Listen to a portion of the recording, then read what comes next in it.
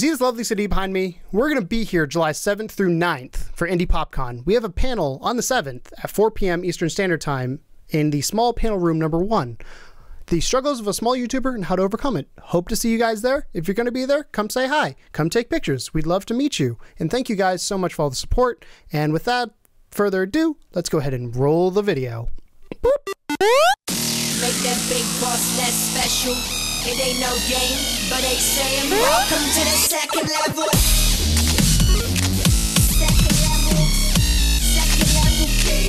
Second level. Hello, Internet, and welcome to the next episode of the Love 2 podcast, the first episode of the new format that we are bringing to the table, where we both pick a topic, and then in the middle, we decided to do a little fun thing, a little game or something. My name's Keegan. I'm one half Love 2 Gamers. Hanging out with Tom, the other half Love 2 Gamers. How you doing today, Tom? I'm grand. I'm enjoying all the new content we've been recording today. We're at the If you haven't seen PSVR or the VR one, I yelled at Tom last, and this is right after that. But we're good. We're not yelling at each other. We're not mad at each other. I don't think. He's going to murder me after this. But this is the Level 2 podcast. That pizza was cyanide. Oh, I'm going to die. Kidding. This is Level 2 podcast. It is our weekly podcast show where you get to know a little bit more about us. It doesn't necessarily have to be about video games. It could be about video games. Could be about our life. Who knows? So without further ado, let's hop into the first segment, which is called Keegan's Corner, where I pick a topic and we discuss it for a little bit here and see what you got. Basically, we let Keegan self-indulge himself for a period of time. So, Tom, I'm excited to hear what you ready for this topic? Go for it. Let me pull up my notes here. So, you may not know this, but my brother Caden was a senior in high school this year. Okay. Every high school person goes to prom, except for me. But yes, what you don't know is that my high school, Earl L. Vandermeulen High School, otherwise known as Port Jeff High School. Say that again. Earl L. Vandermeulen. It's the person's name. Jesus Christ. Otherwise known as Port Jeff High School. Earl L. Vandermeulen. Earl L. Vandermeulen. Yes, high school. Otherwise known as Port Jeff is what we called it. Has a really ridiculous prom and a ridiculous history of prom. Okay. So we're going to talk about prom. Okay. So first things first. I can't wait. I'm excited. First things first. The prom, my high school prom is one of the craziest proms you will probably hear about. What it is the parents every year pick a theme, a hidden theme that students don't know about. There is a team of volunteers that go in and make prom.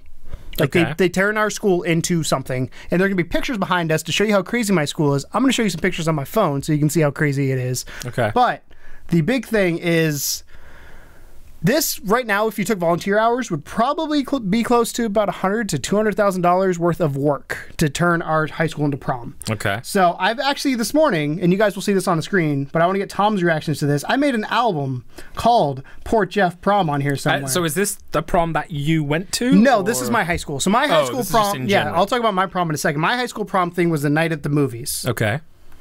And that sounds like a good topic. So we'll describe what my high school prom was first. I don't know if I have pictures like of the exterior. So first scene is everybody pulls up to prom in a really fancy car usually. I didn't. I pulled up in a Nissan Armada, which is my car at the time, blasting Imperial March because that's how cool I am.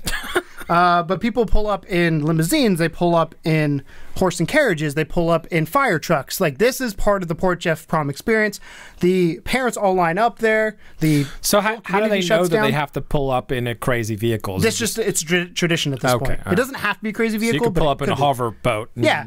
So I got a picture for you, but somebody pulled up in a boat this year. Okay. On pavement. So the tradition is you go to prom, you all line up as students for senior prom, not junior prom, for senior prom, and you all come in, usually fancy cars. You get announced, walk out of the car, walk up to the doors, take pictures, go into prom. And then my prom, what was really cool for Night at the Movies, so when you first walk into my high school in the main doors, there's to the left is like there was a hallway, but it was like the hallway of memories. And what they would do is they had a holographic picture of you as a child, and then your senior photo, and you walked by, it would go between the two. Oh, wow. So you had everybody. My graduating class was 120 people. That's excessive. They just put it on, oh, dude, just wait, it gets better.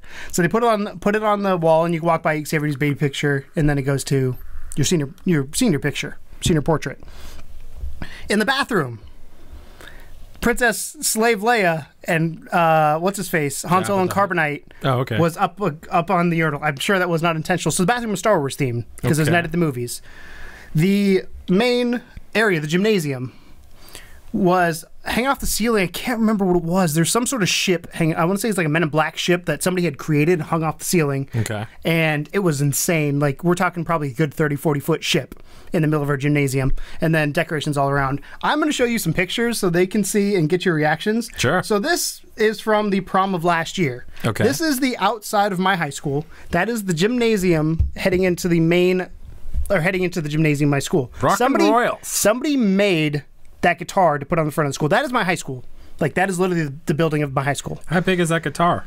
That doorway is probably 30 feet, so it's probably 50 feet tall. Jesus Christ. So go to the next one. What do you got there? So that's what people show up in. This is a boat? That's a lady showing up in a boat. And it has steps that come off the boat. How did you get the boat there? It's on a trailer, if you look. Oh, it's being pulled by a truck. Yeah, being pulled by a that. truck. All right. So just flip through a couple of those. So my prom was very insane and very intense when it came to how people show up. The Shark Tank is cool. That's the Port Jeff Aquarium one. Yeah, I like that. One of the coolest ones is the fucking tractor. Okay. Yep. One of the past years they did Harry Potter theme, so they turned I think I might have put the picture in there, I can't remember. Again, you guys will see the same thing he is behind me here. He hasn't seen these yet. Oh, dope. Dude, the Willy Wonka one, that one made the news. That's a great picture. So since 1957, they've been doing this. They've had a group of parent volunteers that have gone through and basically designed all these and redid it for the school and made the school look like that. Jesus. There is a team of, I think, 60 full-time ones every year, and then as people come in and do trades, everything is made from scratch. It's all up to fire code. It's really fun because you have to get the fire marshal involved. But you said you didn't go to prom. No. Is that an English thing or is that just a you thing? It's an English thing. Well, it's a little bit of both. Sorry, I'm still digging all these pictures. They're great. I'm gonna hand that back for a second. The Gringotts one? That's my favorite. So here's the situation. That's great. So here's this the is thing. hold on, one more thing. This is the one from this year. That's the Royal Inn. I wish I'd gone this year. No, you would have liked that one. And there's when you go inside, there's not too many pictures from the inside, but when you go inside, they have different studios. And I think actually, it's awesome though. By the way, dude, it is. Yes, that's such a great and tradition. it's really well done. Yeah, like that's the thing is, I live, as you know, where my parents live in a very affluent area. I was trying to think of a nice way to say that. Very rich area, and that's one of the things they've done for years. And it's always a thing where the students try and figure out what the theme is that year, and parents never tell you, and it's always a surprise when you walk up. Some people know beforehand because it leaks, but the year we did it, it was either going to be the rumor was it was going to be Pirates of the Caribbean, it was going to be movies, which is what it ended, like all movies, which ended up being, or it's going to be there's one other one, I can't remember what the third one was, but there's another one that was going to be. So we know who leaked it then. The person that was making the Pirates of the Caribbean stuff. Yeah. So those were the potential ones, but yeah, you didn't go to prom. No, so we didn't really have prom. We had they call it the Leavers Ball. Is that where you just pull levers? No. So when you reach the final year of high school, they have the Leavers Ball. Because you don't have high school, right? It's primary. And... No, it's not called high school. Yeah. It's I don't even know what it's called. I forgot. It's been so long. But it's called Hogwarts. Anyway, that's we're all wizards secretly. But no, so you couldn't tell me if you weren't. We had the Leavers Ball, which was really terrible. They basically and this could be just like where I was located, because remember I come from a very, very small village. Well, I say village town in England, and basically it would be like a bunch of the teachers and a bunch of students. They would all hire out a venue. Everyone would go. There was no do you want to be my date? Like everyone just went by themselves. The teachers would get drunk. They would hand out cigars.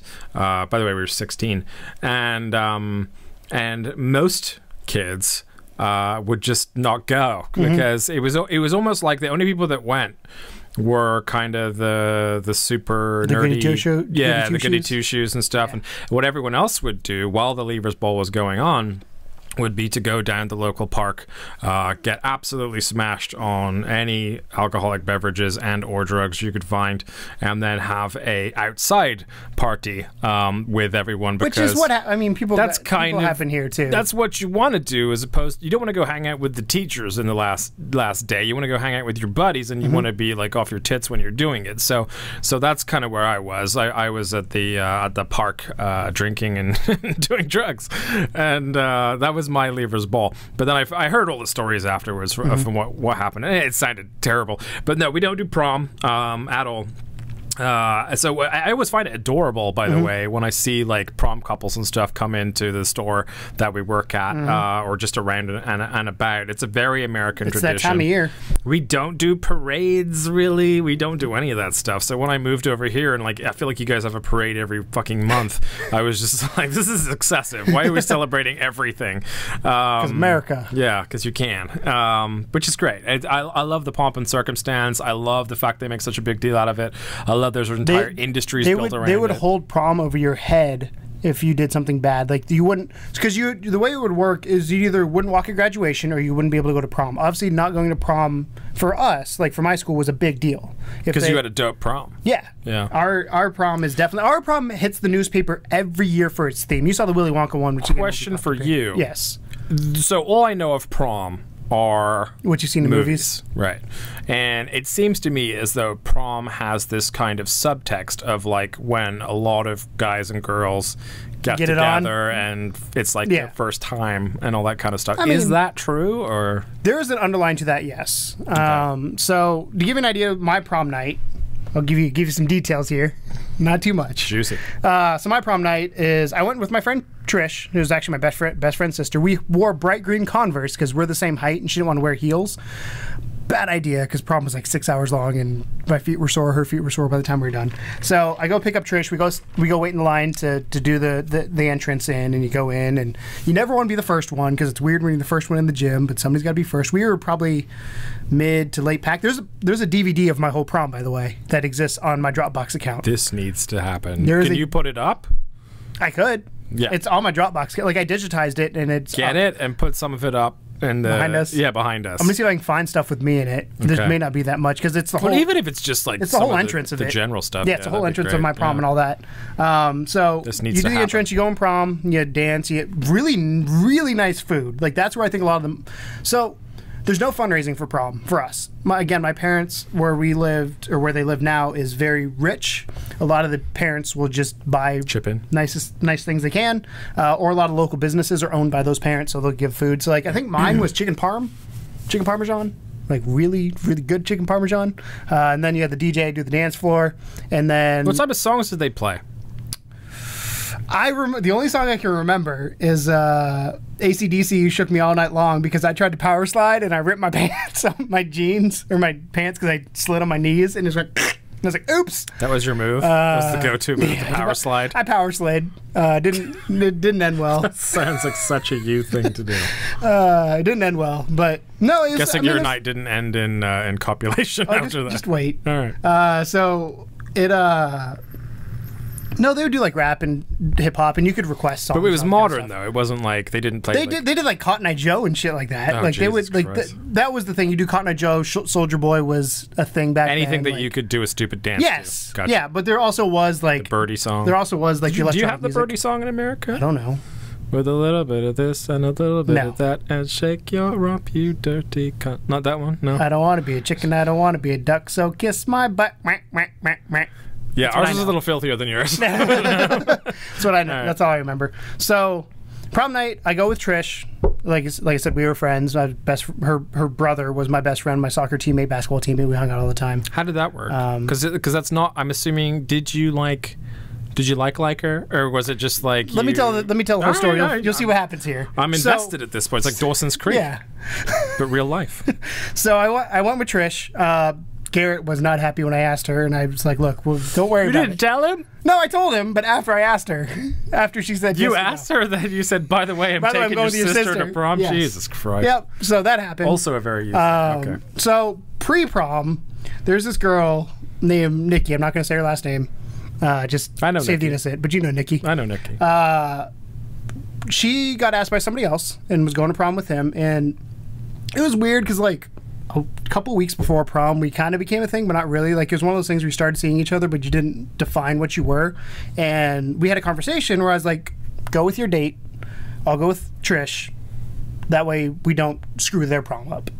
Because the date she was with, Trish was a junior. She was a year younger, so she wouldn't have gone to prom unless I asked her. So they're allowed to do that? Yes. You're allowed to take someone Yep, younger? you can't. The only rule is you can't take somebody over 21. So she was like big pimping in the junior year. I mean, then. she always is big pimping. She went to senior prom when she was a sophomore with some people. Oh, wow. She's one of the popular. She's another soccer kid. So does that make you more popular if you get asked to go to prom didn't by matter. older kids? It didn't really matter in our school. Okay. Our school was so small, you knew everybody. So, Right. so Trish went with me. Nikki went with her date. That way, we didn't ruin Nikki's date's night, kind of. Poor Nikki's date. Yeah, I don't want to say his name. Just All right. Well, yeah, don't do that for legal reasons. Yeah, keep him safe. If you went to my prom, you know who I'm talking about. If you didn't go to my prom, you will never know who I'm talking about. But anyway, so we went to prom. We did our thing. We danced. We ate food. Had fun. Talked to people. The one thing I remember is, again, night at the movies. When you walked in the front doors, to the left, there's like a little lounge area that they put seats in and all this kind of stuff. And they put Men in Black there, like.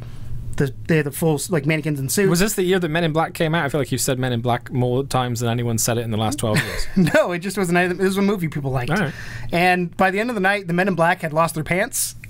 So we don't know what happened to them. They disappeared. And then a couple other things were stolen throughout the night. But that's the one I remember specifically because at one point their pants were down, and the next time I walked by, they were gone. So I don't know what happened. Fair enough. So prom happened, and then what we have is we have it set up for after prom. So my year they set up to go to Ruby Tuesdays, and my prom started.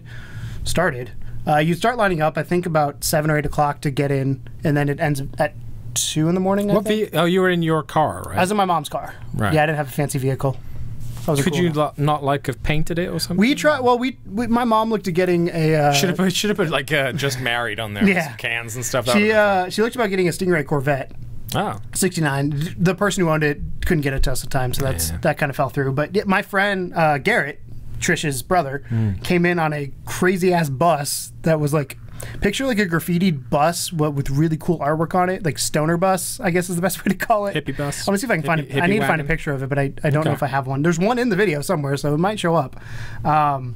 So we went to Ruby Tuesday after prom, which again is like 2-ish in the morning, maybe, if I remember correctly. We had breakfast there, and then we were all going back to Nikki's house because that's just was the plan for the night. So it was me, Trish, Garrett, his date, Nikki, her date, Becca, her date. I think that's everybody. I might be missing a couple there. I don't remember. So we get back to Nikki's house, and this is where the after prom happened. That's like prom is you have fun, you hang out. After prom's where everybody hooks up. Right. So as I said, me and Nikki were kind of an item going in, but we hadn't defined it. I left Trish halfway through the night to hang out with Nikki. Poor Trish. Eric kind of left Nikki as well. I said his name, but. Okay. Oh, well. Eric. No last names. No last names. Eric left. Was at the house with us, but me and Nikki, like, we would sleep in the same bed. I'm not going to go in details of personal things, but we slept in the same bed. There's pictures on my Facebook that I'm sure you've seen. I have seen those. At this point. I have seen those. I woke up, so here's the story I'm going to tell, and again, I'm going to leave the names out of who's involved, but I woke up the next day to pictures of one girl getting out of bed, and there's this next shot is another girl getting out of bed with me just laying there like, oh yeah. So I don't know what happened. I fell asleep, but so we went after prom. People hooked up that hooked up. It was whatever. We crashed. It was like 5 in the morning. Next morning, this is when I knew Nikki was a keeper. She made me breakfast. Okay. She made me eggs and bacon. That summer. Then we had a thing. We officially. I don't think we ever officially said we were dating, but we were dating. Like we'd see each other every night. But prom night was so much fun between the way my school built it up with the tradition, and I think it started because one time they had something happen in like 1957 or something, which is why they moved it to the school. But then they started building it up, and it's become this thing that like people on Long Island know about Port Jefferson prom. It is in the Long Island newspaper every year. The theme, pictures, all that kind of stuff. Like we have people. Newsday is the paper on Long Island always shows up, takes pictures, or gets them from somebody else. So between the build up to how awesome prom is, me being the type of person I was in high school when it came to just Popular. Having fun, hanging out with my friends, doing you miss my those thing. days? A little bit. Prom was a lot of fun. You talk. I mean, it's people that this is probably the last time you're really going to see them. Yeah. Because you're going off to college. You're all going to split up. I went to Mississippi. Everybody else. God, I swear went you to New guys in York. America get so attached to each other. Like I could, like, sorry if you're watching anyone that I went to school with, but I don't care. I have certain people. Like if I'm still talking to you at this point, I care. I care. I mean, there's people I don't I'm talk not, about anymore. But again, my class was so small that you had the same people in every class with you. Right. And fun fact about me, a lot of the people I hung around with went to Ivy League schools. I didn't. I hung around smart people. I was not one of the smart people. I don't think you have to be smart to go to Ivy League. You just have rich parents. No, they were smart. Like I hung out. That's a byproduct. I hung out with some real smart people. Okay.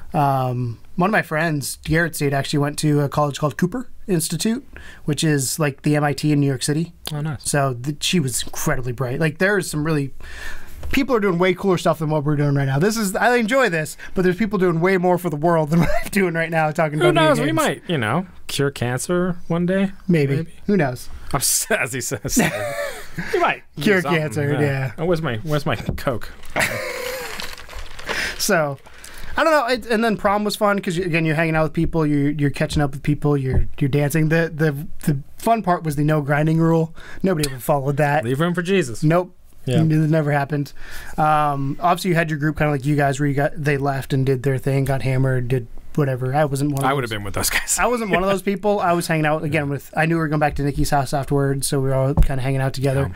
The hardest part is wrangling people to go to places. I've learned because you will start at Ruby Tuesdays. We're all together and we're all kind of in our, I guess, cliques, but we all hung out with different people. So like we were together, but you're hanging out based on who you're talking to that night. And obviously, I hung out with Nikki.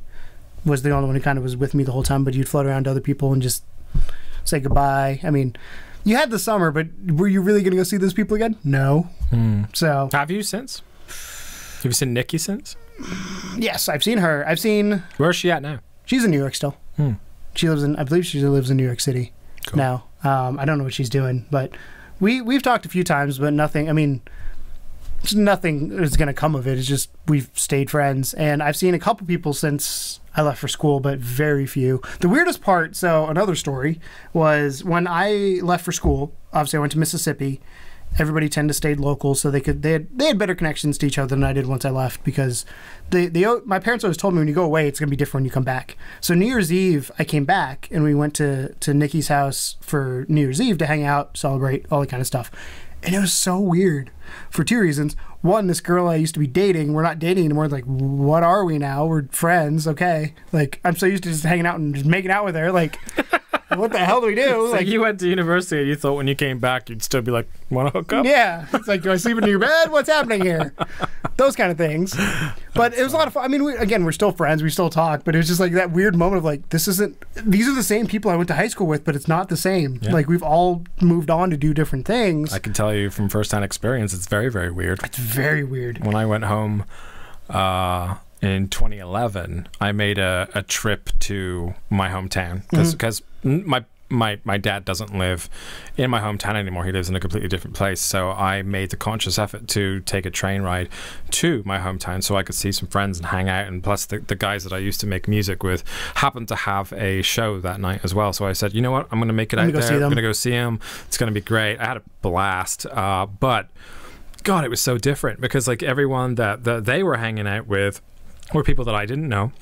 They were. That's the weird. The weird part is like there's a collection of people. You're like, I know these people, but who the hell are these people? Yeah, and I wasn't mad about it. They were all very nice, but it was just weird, because I used to spend literally every day, all day with these guys, like all day, all night. That's how I mean. Like if if I ran into Garrett right now, Garrett was, I would probably say, one of my best friends in high school. If I ran into him right now, I think it would be that weird. You reconnect somehow because you go tell stories, but there's always going to be that weird awkwardness of like, what have you been doing? There's some people I think throughout your life that it doesn't matter how long you're apart. The second that you're together again, you just feels normal. Yeah, exactly. And there's other people that there's sort of this weird adjustment thing where you're just like, it's kind of awkward, and because you haven't talked for so long and stuff. Like I have one friend back home that every time I talk to him, it's like no time passed at all. I mean, I haven't talked to Garrett since probably 2010, 2011. So 6 years. Yeah, it's weird though. It's weird as shit. I remember it well. I remember feeling like an alien in my own country, in my own hometown, and it was great to walk around and like see people I hadn't seen for years. But I definitely at that point realized that my life had moved in a completely different direction. That's the weirdest part is seeing. I think the weirdest part for me is seeing who stayed and who left. Yeah. Like I have some people that like. You knew there were certain people that were going to stay in the town because they had nothing else they could really do, and that's just the way it is. And they joked, and all places are like this, but we called it the Port Jeff bubble. There's a lot of people that tried to go outside that bubble to come back, and that came back to it, and because that's what you knew, your parents were there as a safety net. I think it's every single time. And like I've gone outside that bubble, and I never came back because my parents wouldn't allow it. Like my mom, when I turned 18. I either went to school or I was out of the house. Like those were her rules. Then when I decided to drop out of school, I had 6 months to figure out what I was doing, which is why I moved to St. Louis, or I'd be out on the streets. Like that. She's like, I love you, but this is to get you to become an adult. Yeah. And how's that working out? It kind of works. I love you, Mom, because it's what needed to be done, though. Yeah. Otherwise, I would have stayed at home, and I would have been one of those people. I think you would have been a far more dysfunctional human being if you didn't. And do that, so. It's just weird because, like, you see people that are there. There's also people that are still there that are functional adults. They have their own lives. They just happen to stay in the same area. Yeah, like, it's really exactly the same for different country. Yeah, same. It's the same thing for every town. It's just every place. It's just really interesting. You have lifers that just are going to spend their whole time and whole life in that town, and that's fine. They're the people that escape usually end up going back after a short time period, or the only way to truly escape forever is to cross an ocean.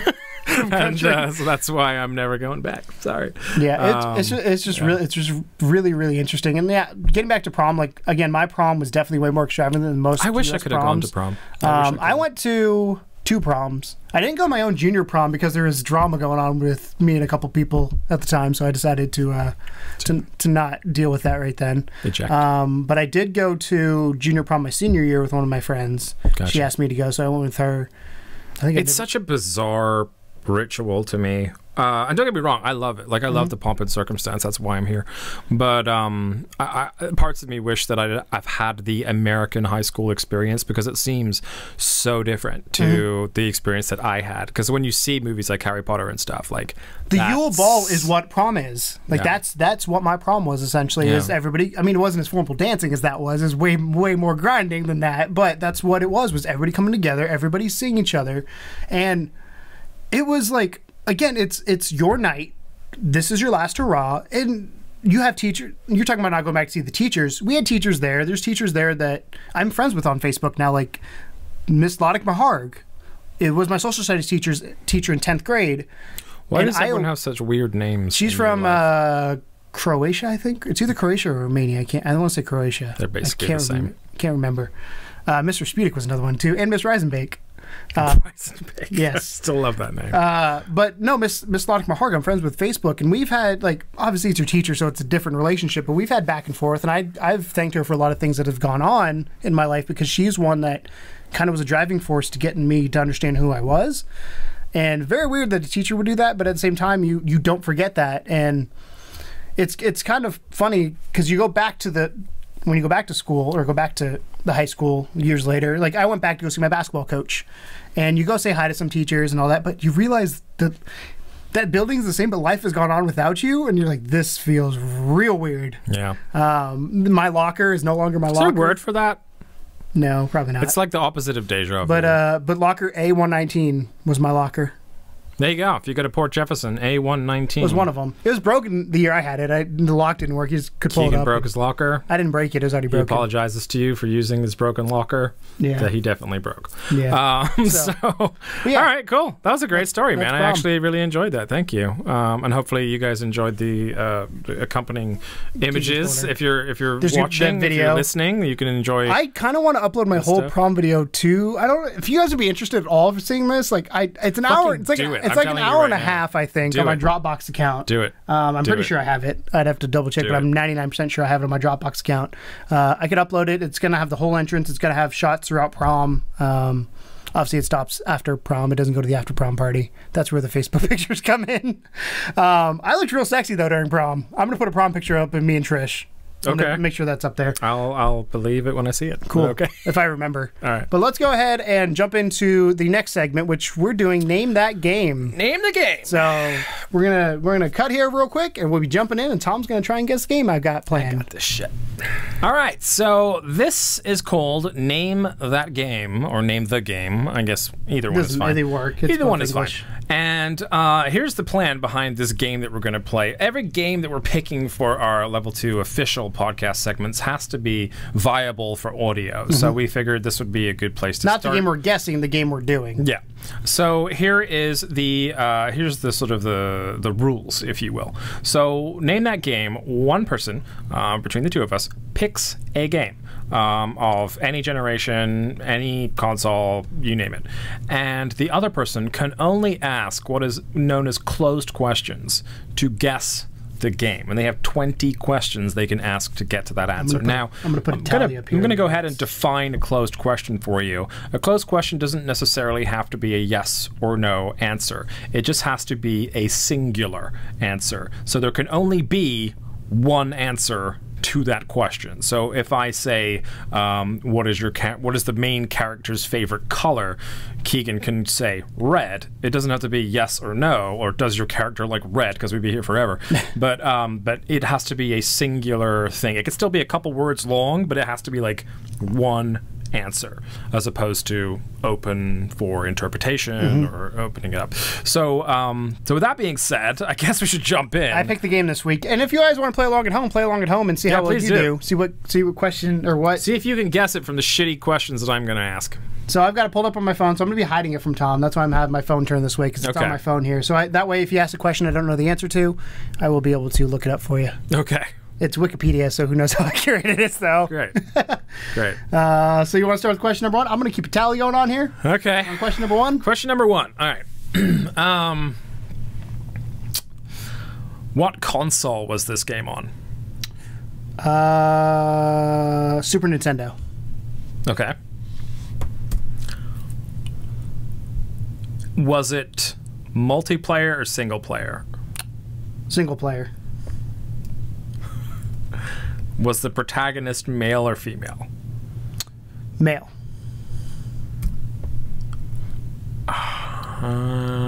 What genre of game is it?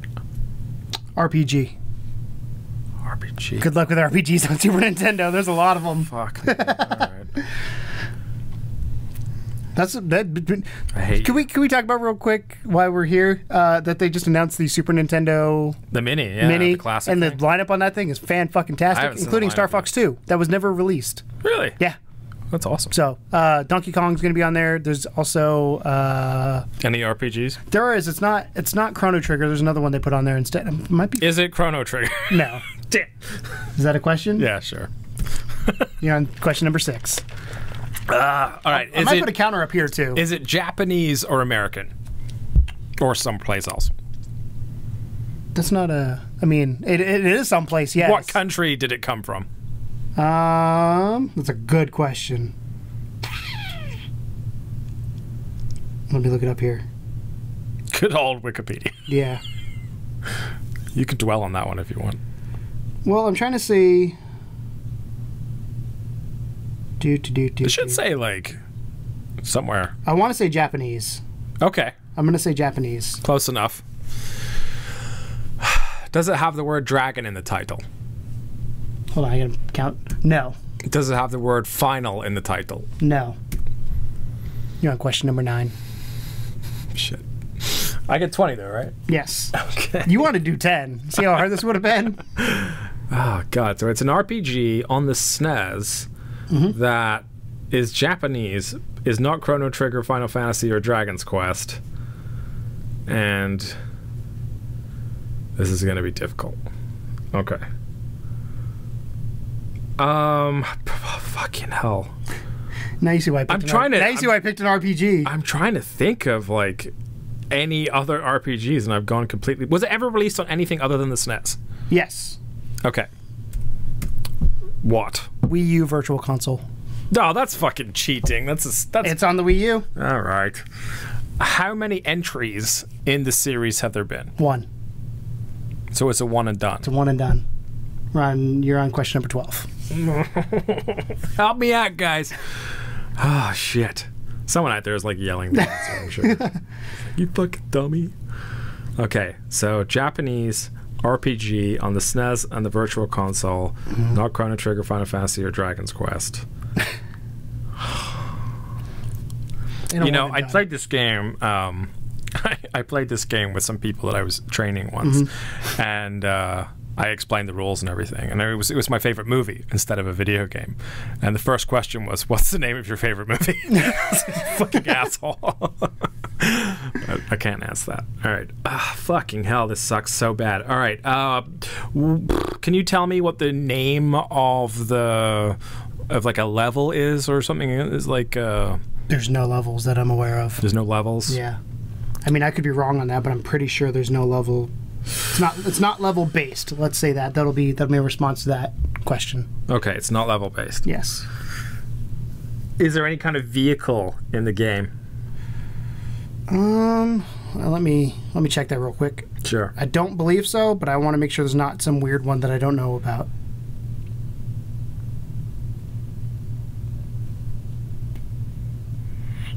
I had this pulled up the other day. There is a vehicle in the game. Okay. Can I ask what it is? That should be part of the same question. That'll give it away too much. I'm here to get information. Are you allowed to? Oh, yeah. Well, okay. Is the vehicle mechanical or organic? It's mechanical. Okay. Does the vehicle? I gotta keep counting.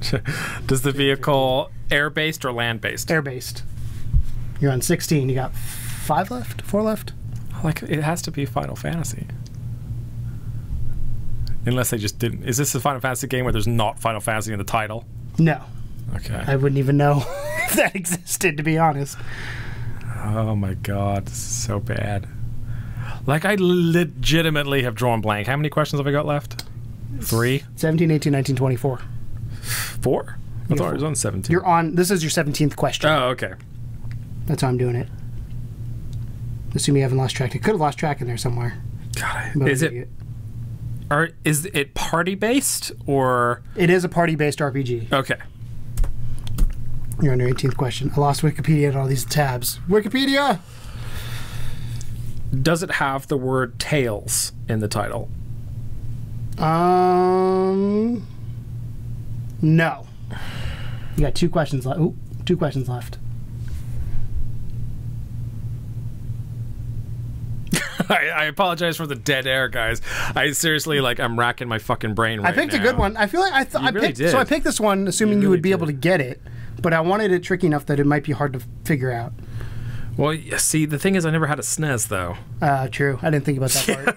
I didn't either. So, but this is a game you will know. Period. So it is. So the franchise is still alive today. Yes. Okay. Well, you can use that as a question. The franchise is alive. So they're still making titles based on this story. No. Oh, they're not. The IP is still alive. The franchise, the game style, it's not. Is not. The game style it is not. That the game style. Yeah. So it's the franchise, the characters are still there, but the RPG elements are no longer there. Oh, okay. So the characters exist, but they've stopped being RPG based. Yes. This is your last question, by the way. Oh my. So after this, you got to get it. The characters still exist, but it's not RPG based. Do you guys know? Hopefully, you guys know. Kind of want to show the camera, but I don't. You can show the camera. If they're playing at home, they could probably see it behind me anyway, right? Or no, I'm going to put the numbers behind you until we get it. Okay. Last question. That's assuming I can count right here, but I believe this is your last question. Party base air flight. Is it a Valkyrie? No. You got to guess now. That's your last question. Any wild guesses? I'm working on something. Star Ocean? No. Okay. Does this help? It was developed by Square. No. Super Mario RPG: Legend of the Seven Stars. Oh, you fuck. I was legitimately gonna say. Super Mario RPG. So developed by Square, published by Nintendo. It's like when you're like, was it Western based? I'm like, I think this was developed in the East, Japanese. So you had me like thinking I'm going like Final Fantasy, Dragon's Quest. It has to be that, and I legitimately for a second thought Super Mario RPG, but then I thought, nah, he wouldn't do that. He fucking would. So Super Mario RPG: The Legend of the Seven Stars, in its North American release, is a role-playing video game developed by Square, now Square Enix, and published by Nintendo for Super Nintendo Entertainment System. It was originally released on March 9th, 1996 in Japan, and on May 13th, 1996 in North America. Nintendo ported the game with minor differences to Wii's Virtual Console and Wii U's Virtual Console. I see what you mean now by the RPG not continuing as well. That's why I'm like, that's why if you asked me the question, I was going to say a clown car, but I was like, I don't know if that's would give. I don't know if you I wouldn't have known that. Yeah, no. You said it was air based anyway. Yeah, the clown car flies. Oh yeah.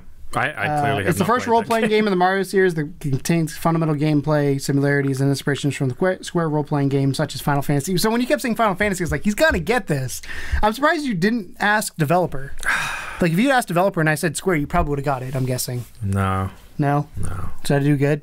Yeah, that was a good one. Yeah, you got me. I thought about, because I went down a few of them, and I was like, I want to pick something that's older, because I think it'd be more fun than the modern game. It was fair. Like, that wasn't unfair. I'm thinking of, like, all these niche fucking JRPGs. You have to remember, my knowledge is not that deep. Yeah, you set me down a rabbit hole. And I was thinking, is it, like, Dark Cloud? I'm, like, going through all this fucking shit. And then I thought it was like, oh, is it like a Final Fantasy Tactics type thing where they don't say Final Fantasy in the title? I'm like, I should have known you wouldn't have gone that deep. No, I wouldn't have gone that more deep. Surface level, but... That's why it's like... Nice job. When you're like, is it party-based? Never played it, but you know what? I would totally play a Mario RPG now you mentioned. Turn-based battles. So there you go. Did you get it? Did you get it? And if you did get it, what question did you get it on? Let us know in the comments below. That is Name the Game. And we'll be moving on now to my section of the podcast. My thing. And we're going to call this Tom's Tales.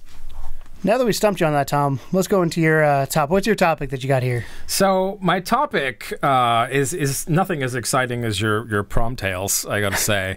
So occasionally I have a very addictive personality, and as referenced by previous drug comments, but I tend to go on kicks of things like for example, for a short while I was on a massive H.P. Lovecraft kick, and what I'll do in a kick is I'll download and consume all of the possible content from that thing that I can. I would call this binging. Yeah, kind of. But like, you know, like I've gone on like poker kicks, I've gone on UFC kicks, I did blackjack back in the day. H.P. Lovecraft kicks, and just I get like into a certain thing, and then I just can't do anything else but focus on that. So what I want to talk about is my latest kick. I should call this Tom's Kicks, but this every lunchtime. I sit down, and what I used to do was watch CNN. Because I'm an adult, I suppose. I don't. But I watch YouTube videos. I stopped watching CNN because, frankly, it's too fucking depressing these days to continue watching. And it was actually genuinely putting me in like a funk. Like I found myself being a miserable son of a bitch because all I was doing was like just seeing everything that was getting fucked up in the world every day. Yeah, that's one of the reasons. But I stumbled across something the other day which I wasn't expecting to enjoy, because I'd had these kind of preconceived notions about it, and it actually turned out to be something that now I legitimately watch this every single lunch break and at home when I can, when my wife falls asleep. And it's something I want to talk about because it is related to games, but it's also something that is not really brought up in the same circles that we're in. So we often talk about games as a general whole. This is a really, really important subgenre of gaming that we don't ever talk about, and that is esports. All I know is ESPN has them now. Well, that's the thing. That's all anyone knows. Like, unless you are super into it, your surface level knowledge, it almost seems like, from the outside looking in, like it's too convoluted at this point. It's too confusing. And here's the thing. When I say esports, I'm kind of including everything, but I'm also kind of not. Because the term esports can be defined for so many different games. You have things like Dota 2 and League of Legends and that stuff. League of Legends, shout out to St. Louis, by the way. But then you have like Rocket League is an esport. And Overwatch is an esport. Street Fighter, Smash, CS:GO, Killer Instinct, Street Fighter Call was of at Duty. Wizard World 2 years ago, and that was weird to watch because I have no experience with it, but people were getting into it. Well, that's the thing. Like Tekken 7 just came out. You think about the fact that we love games, but we don't necessarily ever consider games a sport. So when you're watching an esport, do you ever watch the movie The Wizard? No. Right. I know what it is because it's the one for Super Mario Brothers 3. Yeah, exactly. So I've never seen it. And like the idea, and I loved this. When I watched this movie as a kid, they had this kind of, the idea that this guy was going to like speed run this level in Mario, whatever it was. And with Power Glove. Yeah. But it was such a cool concept that you could have games as entertainment. And at that time was just miles away. It was just a fucking, like completely pipe dream. But now it's happening and we're ignoring it as a gaming community. Like there is a lot of people that are into this, and I'll go into the numbers here shortly. But well, one of our coworkers, Tucker, is always watching something. I don't know what he's watching, but he always watches something down there. See, I can't watch the MOBAs. Yeah, that's what you watch. Can't do that. I just that stuff is beyond me because I don't play those games, so I don't know what's going on. What's a good tactical thing and what's not a good tactical thing. But even with the stuff that I do watch, we should make an esports channel for dummies. Yeah, but even with the stuff that I do that I understand, like Call of Duty and things like that, like there's still this other level of stuff that you learn as you're watching, and you're just like, shit, I never even thought about it. The only thing I think of esports is like MLG, like because the joke was MLG 360 no scope, like that was the thing. Mountain Dew, Red Bull. There's definitely connotations that go with it. But that's what I think of when I think of esports. Is I think of MLG and how much it became a laughing stock. Essentially, like it became a joke more than it was taken seriously. Right. I'm sure there's other leagues out there that I'm not aware of, but that like ESPN. I was more intrigued when I saw that ESPN was covering, I don't know what it was, but they were covering something, and I was like, why the hell is this on ESPN? But that's cool that this is on ESPN. Fucking card games are on ESPN nowadays. Like, they have Magic the Gathering tournaments on there. It's crazy. Yeah, poker. Well, ESPN's also hemorrhaging money left, right, and center. So. True. But I see poker as a sport, and again, this I used to watch the World Poker Tour all the time on Travel Channel. Oh, dude, I used to download entire World Series of poker and watch them start to end. And you're talking about like 3 days worth of footage at that point. Were you a Daniel Negredo fan? Yeah, the kid, man. Kid Poker. Yeah. He's a good dude. I know him. Yeah. I loved watching him at the table. He was funny as shit. Like, he was just cheeky little bastard. Oh, yeah. Actually, I'm trying to remember the name of the guy. There's a guy from St. Louis as well that did really, really well anyway. I don't know. Can't remember his name. I used to follow it really close. He had like... Was it Richie Sexton was the commentator, I think? Yeah. Yeah. But they had a lot of celebrities that go to those tournaments as well. But there was a guy... Oh, God, I wish I could remember his name. But he made it from like a satellite from St. Louis all the way to 4th seat on the last table in the World Series. And when he got there, the entire crowd that was there to cheer him on had Cardinals hats on, so I thought it was kind of cool. But anyway, so I've been watching ECL, which is I believe it's like Esports Champion League or something like that. I don't actually know for sure, but it's a CS:GO tournament, and CS is Counter-Strike, and a global offensive, I think. And basically, so I've never played Counter-Strike before. I knew it was a popular game, and I knew there was a lot of skill level set to it. Obviously, I've played your Call of Duties and your Battlefields and stuff like that, so I did watch a little bit of that as well. But they just had this ECL league going on, and they had the final game like a day or two ago from recording. And so you have some really popular teams in this. They had SK, G2, FaZe, Cloud9. I'm pretty sure Optic were in there at some point. They got knocked out pretty early. But these gamers, they're from all over the world, which is beautiful to me. It's not like the North American teams are actually usually on the back foot for the most of this because it's so big everywhere else. I'm sure Japan is probably Korean teams are huge, obviously with certain levels, but there's a lot of European teams, a lot of Swedish teams, French teams, especially for CS:GO. But like G2 is a French team. They're headed up by a guy called Kenny S, who's like the leader of them. And what I liked was, and here's the thing, like G2, like after watching them in the tournament, they weren't exactly exciting.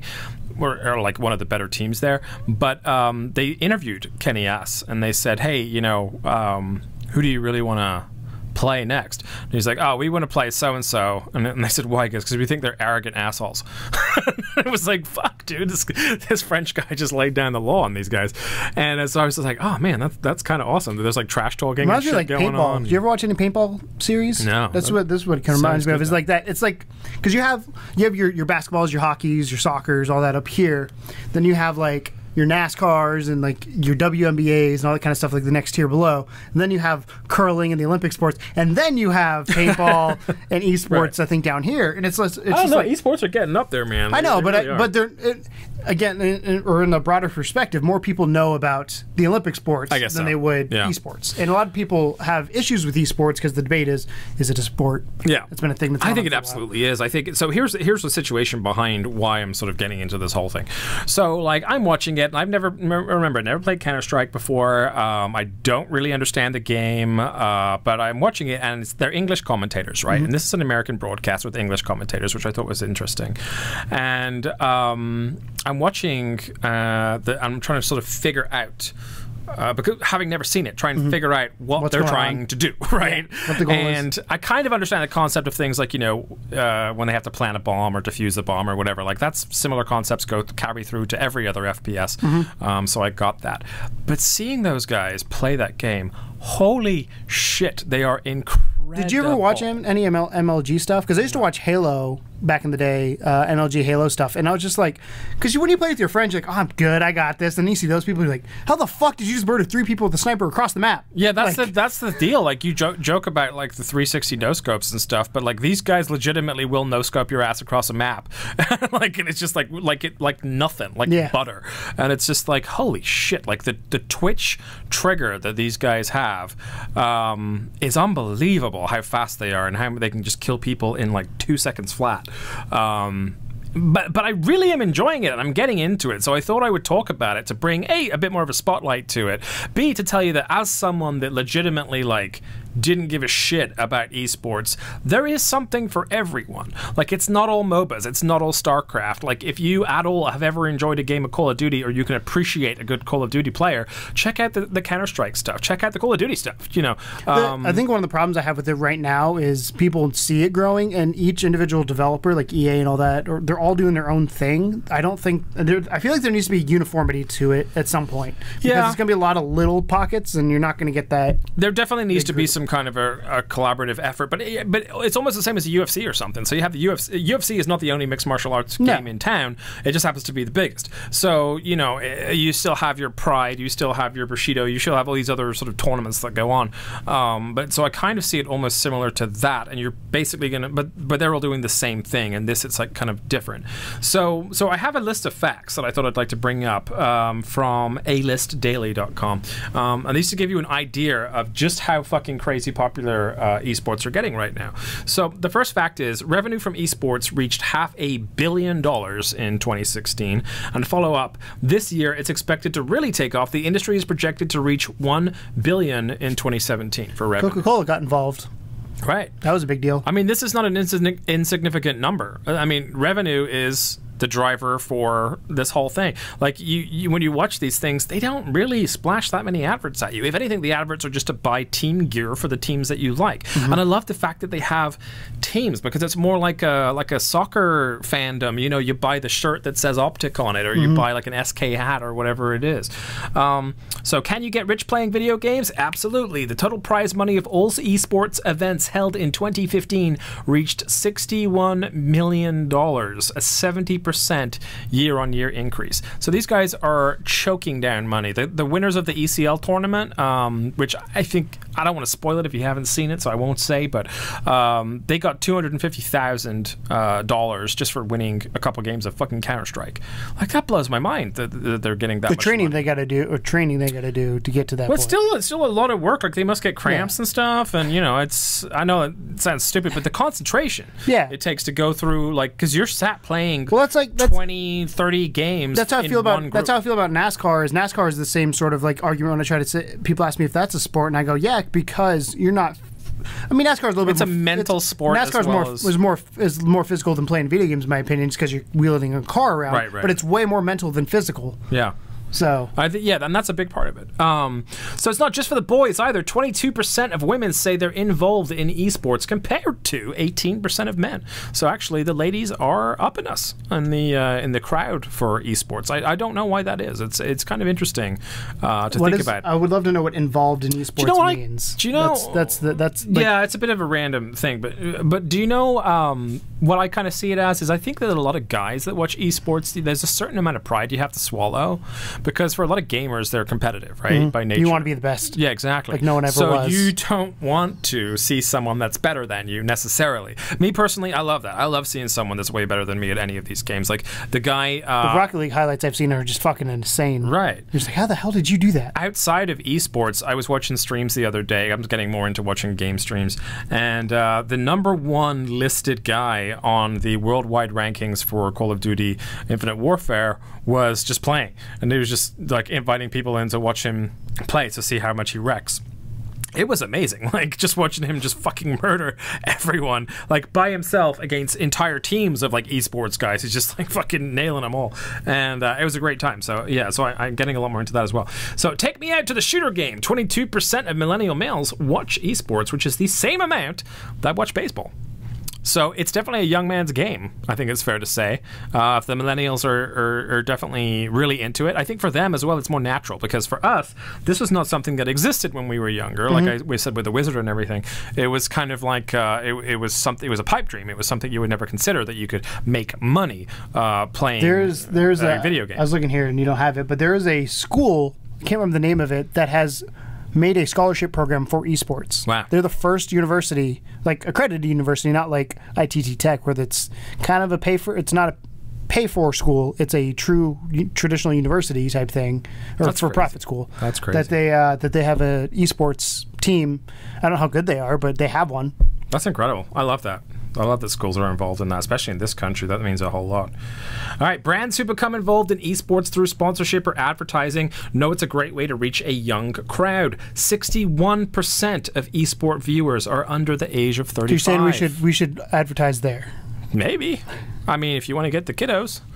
That's, I mean, I'm under 35, so I guess that counts. You're way under 35. Mobile games are getting in on the action too. In fact, mobile game developers who added competition to their games are experiencing 8 times more average revenue per daily active user than the industry standard. So things like Vainglory that got announced as the first kind of MOBA game that you can play on an iPhone, that's a legitimate esport now. Like people play on a fucking phone in an esport, which to me is just ridiculous. Like two guys stood opposite each other, just like.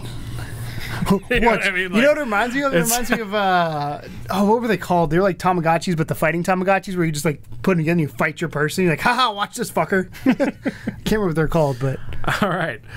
Go team! There are an estimated 131 million esports enthusiasts and another 125 million who say they only watch occasionally. That's a hell of a lot of viewership. Over 213 million people watch competitive gaming in 2016 alone. The industry is on track to reach a global audience of 303 million by the end of 2019. That means that if esports fans were a country, it would be the 4th largest country in the world, which I think is an interesting side note. Good way to look at it. And this is the last part here was actually not a part of the facts, but it was something that I thought was really interesting. Today, traditional athletes are investing in the esports industry too. One star Brazilian soccer player, Wendell Lira, even quit to pursue his dream of becoming a professional FIFA gamer. Insane. Isn't that nuts though? Like a real soccer player that was a professional Brazilian soccer player quit because he wanted to be a professional FIFA soccer player? That blows my mind. To me, that I don't know if it's. I mean, we have a few years difference between us, and again, a lot of this wasn't around till recently, but I think of it a lot like I said earlier, to paintball, to those kind of things that I used to watch underground. And again, Major League Gaming, when Halo came out, like that was the thing, and that was what, 2001. So I was 5th grade. So like I kind of grew up with this, not to the same extent that it is now. Obviously, I feel like it's kind of hitting a boom, but it's always kind of been the underlying like. Do you think gamers are resentful of it? I don't think so. Have you ever seen Basketball? Yeah, like the Trey Parker, absolutely. Trey Parker, Matt Stone, Trey Parker. Yeah, you got it. I got it right. I always screw their last names up. To me, it reminds me of that, of like, it's this underdog trying to get the limelight and trying to become something cool because it's there. But I'm torn on this because I feel like it's no different than me watching somebody do a Let's Play on YouTube when it comes to the appeal of the ability level is different. Well, no, what I'm saying, like the appeal of it, like people don't understand why I watch Let's Plays. I go because it's entertaining. Same thing with this. I don't understand why people watch esports, but it's entertaining. Same reason I watch basketball. It's entertaining. Like I watched the NBA draft the other night. Do I care that sounds less entertaining? That Mark Markel Fultz, I think is his name, went number 1 to the 76ers? No, because I don't even know what his fucking name was. So, like, I'm intrigued by it, but I personally not a big esports fan, but I understand kind of the underground nature of this and it coming out and becoming a big thing, and I'm not against it. Like, there's people that are like, gaming is not a sport. And again, I use the whole NASCAR analogy of, is NASCAR a sport? Yes, it is. I think this is a sport. It uses mental capacity, and I think it's quite interesting. Like I said, I watched Tucker. I'll look over his shoulder and just see what he's doing. It's just like, to me, it's overwhelming, especially on the strategy stuff, because there's so much shit going on. Like, I don't understand it. These guys, like, here's the thing. Like, even with the strategy stuff, like with the MOBA stuff, again, I don't get it, and I can't get into that because I don't get it. With the FPS stuff, it's so much more chewable because you basically, well, like Rocket League, I could easily understand. Yeah, Rocket League is Rocket League. Rocket League is just like watching an actual soccer game. Yeah. But with something like CS:GO, where you have basically like these clans, these groups that are playing this game, they will train. Have you ever been part of a clan on like Halo or something?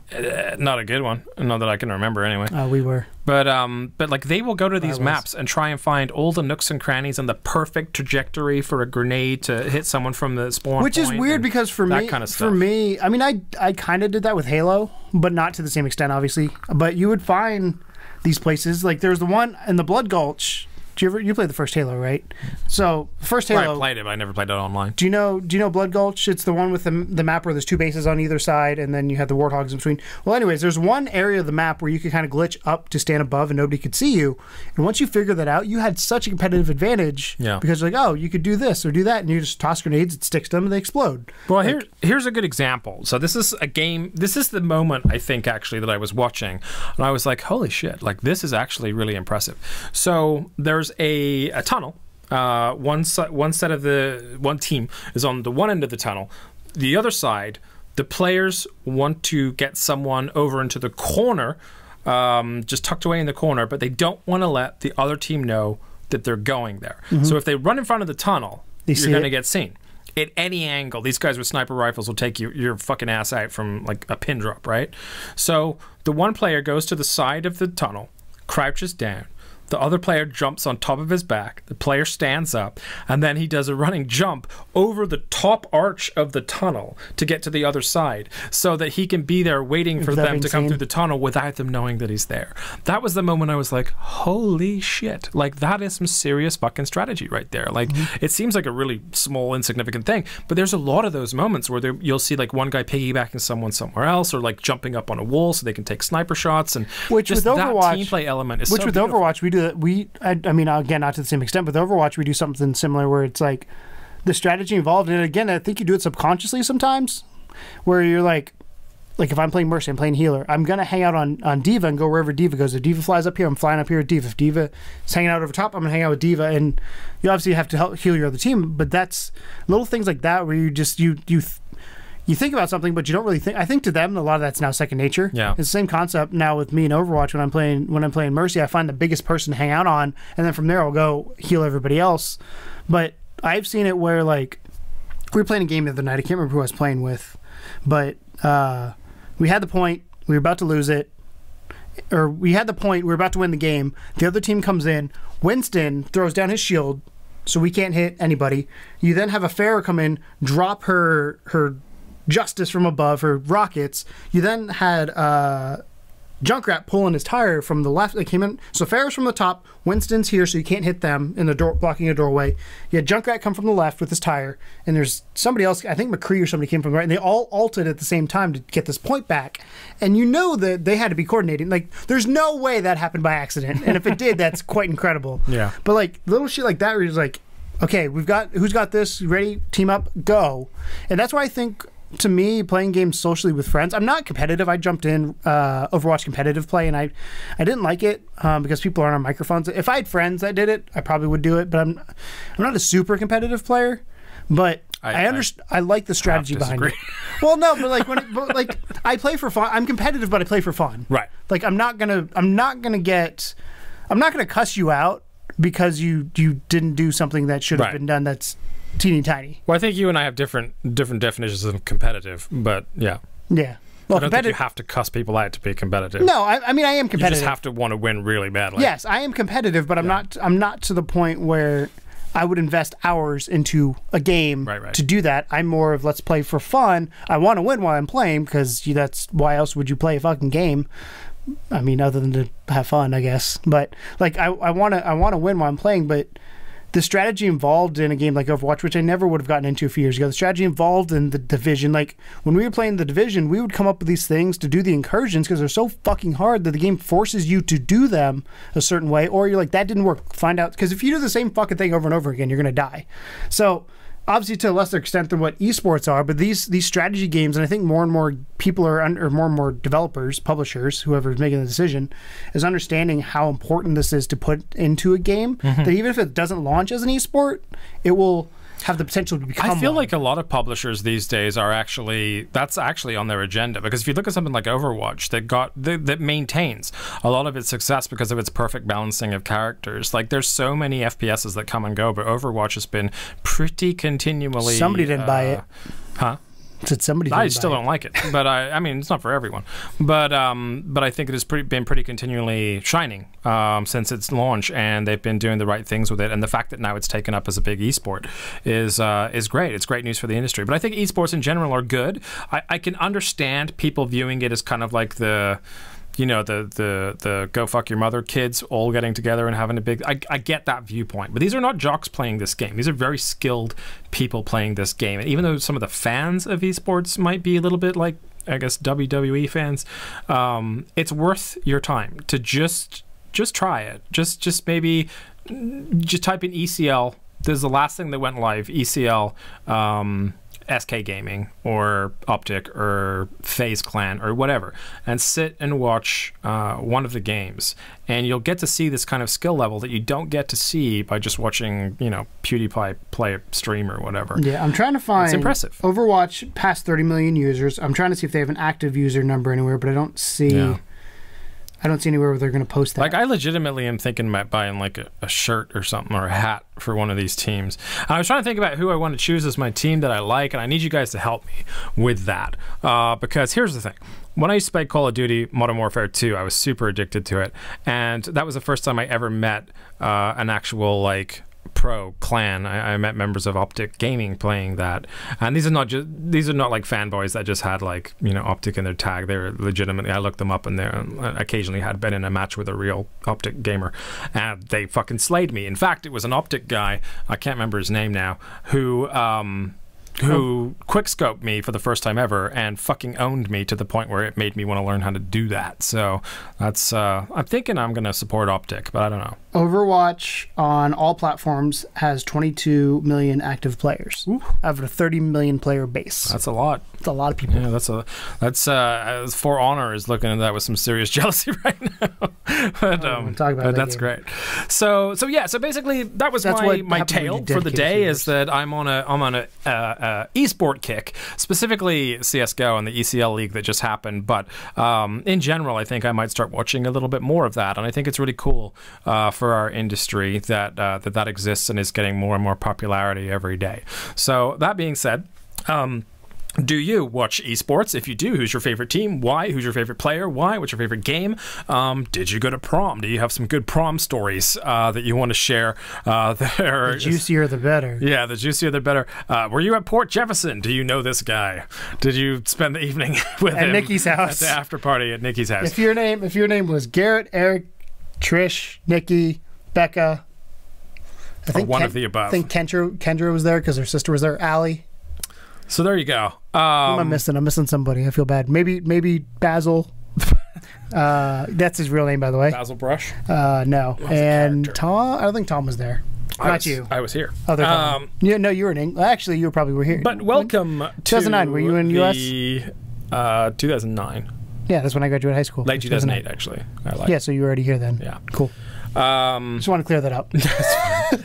So welcome to the new format for your Level 2 official podcast. It's going to be a little bit of Keegan, a game, and a little bit of me, and then we say bye. So thank you. If you've been with us all week, thank you so much for watching TCSX this Wednesday.